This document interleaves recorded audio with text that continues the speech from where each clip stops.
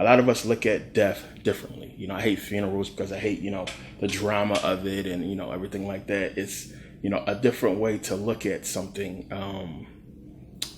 being mortal. It's a different way to look at things, being, in your consumption and your, preoccupation with material. And that's basically what it is. We are all worried about the material and keeping it, and that's a problem. But one of the things we tiptoe around in our existence is our death.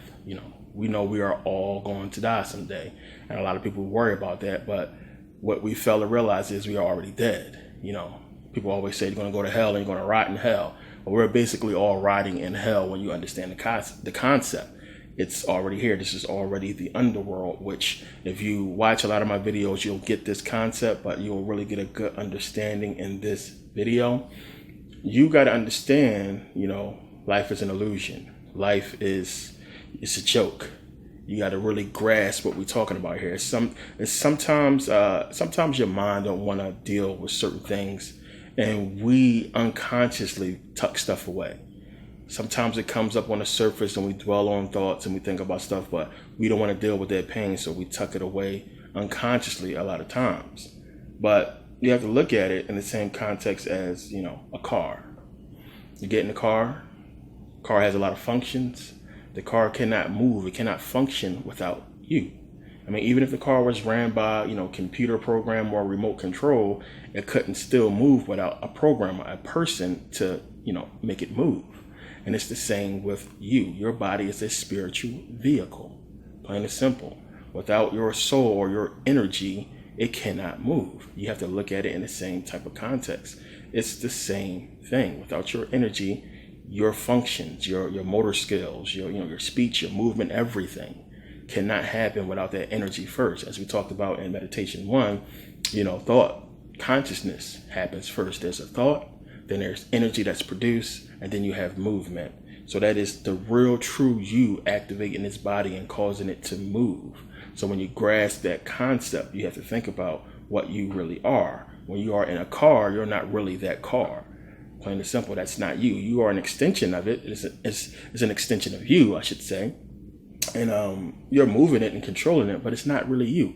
And it's the same thing with this body. It's the material that you need to really understand the concept of, and it's you. So you love yourself, you love your family or what have you, your friends and everything in that physical form, but you have never seen their true self and you have never seen your true self.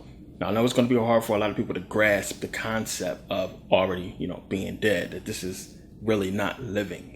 There's a lot of people who are really going to think about that, and what we have known throughout our existence here is this is life. And you got to understand a lot of things that you operate on is because you have been taught to operate that way.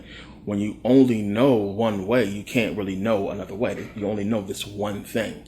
That's why learning is important. That's why knowledge is important, because then you have a broader understanding. You can experience and conceive more with knowledge. And the more you understand that, the more things are going to be easier for you in your existence. Knowledge is everything, because you can be stuck living your whole entire life. Just think about so many people who have lived, their whole life believing that Jesus was coming back, thinking that they're going to heaven, and a lot of people mold their existence around a religion, trying to follow it, trying to be true to it as they can be, and then dying, never knowing, the truth. Knowledge is power. You have that knowledge, you're free. You can really, perceive things better. And you, in your research and you in this journey so far, you have seen that the more you have learned, the more things have opened up to you, for you to really be more understanding of different concepts. Now, because you have this knowledge, you've seen something and you can break down and go into other, thought processes about a particular subject. If you understand what I'm saying, it's just like having knowledge opens up doors. It's just that simple. So a lot of people have passed away and, operated in wrong knowledge. But you have to grasp the concept. You have to really think about, what religion tells you. Like religion tells you that, death, heaven is death. You're going to die. You're supposed to go to heaven, and that's death. But when you think about it, it's like, okay, well, you go to heaven and you're supposed to spend eternity in heaven living. Like, we think of living as existence, life. You're supposed to go and experience an eternity in heaven or what have you, living. Doing what? Doing stuff, living. When you grasp the concept of living, which is existing, we think about death and we make the mistake of thinking that death is emptiness, nothingness, non-existence. But even if you went to hell and you suffered for eternity, you will be living and suffering for eternity. You will still be alive, living. We think of living in the flesh only, but existence itself is living. If you understand what I'm saying, it's always living. Energy has always been around. You have always been you. But, let's read. This is John 3:3-5. Jesus answered and said unto him, Nicodemus, verily, verily, I say unto thee, except a man be born again, he cannot see the kingdom of God. Nicodemus said unto him, how can a man be born when he is old? Can he enter the second time into his mother's womb and be born? Jesus answered, verily, verily, I say unto thee, he should have said again, except a man be born of water and of spirit, he cannot enter into the kingdom of God. Now, you also got to remember that the Bible was given to you in truth and in deception. It's a dualistic book all the way around. He's giving you some truth. He's giving you some deception. They're giving you a lot of things that's going to cause you to think. This is why the book is left up to interpretation, because there's a lot of questions there. There's a lot of stuff there that's given to you that's just put there. And if you're going to accept, the ramblings of a preacher who tell you that being born again means just saying, well, I'm not going to be bad no more. I'm going to be a good person now because I claim I'm a Christian. How the hell is that born again when clearly in the verse it's talking about birth? Spirit and water breaking. He even gave you the concept of a womb. Got to get back in the mother's womb. Jesus never says no. He reiterates. He says, verily, verily, I say unto you, unless you be born of water and spirit, you cannot enter into the kingdom of God. He's reiterating what he's saying. We're talking about birth clearly here. But see, if you don't have knowledge, you can't grasp that concept. The only concept you know and you was taught of is this spiritual thing that's supposed to be, intertwined with the Bible and Jesus and everything has to be this spiritual, spooky stuff. You don't think that, being born is coming from, God, that your mother is God, that your mother gave birth to you and everything that entails. It all came from her. So knowledge, again, is a big thing here. But a lot of people don't grasp the concept. And it's something that you got to look at when you are talking about spiritual and material. A lot of people don't realize, you are infinite energy. Plain and simple. Infinite energy. You are infinite energy. The problem is a lot of people can only think of themselves as material beings, materialistic beings, flesh. Everything I can do to make the flesh be pleased and make it feel good and make it look right is all about flesh. A lot of people are not cultivating the spiritual, their true energy. It is your true energy that's driving your spiritual body, your spiritual vehicle, material, being bound to the world, loving the world. The love of the Father is not in you. Enmity, it says, if you love the world, there'll be enmity between you and God. Enmity between you and your subconscious, you and yourself. There will be an issue because you would love the material more. And being so immersed in the material becomes infectious. And as we can see, people are more consumed with that than with their own spiritual self. As I say to the Christians, if you really believe that you could go to hell and burn forever, if you really believe in an eternal God and an afterlife, what have you, and Jesus, and so on and so forth, then why would you risk all of that to continue to sin in flesh? Because they are consumed with the flesh. They don't care about the spiritual. They're so consumed by the material because that's what they know, that they don't care about the spiritual. They say they do, but their actions does not show that.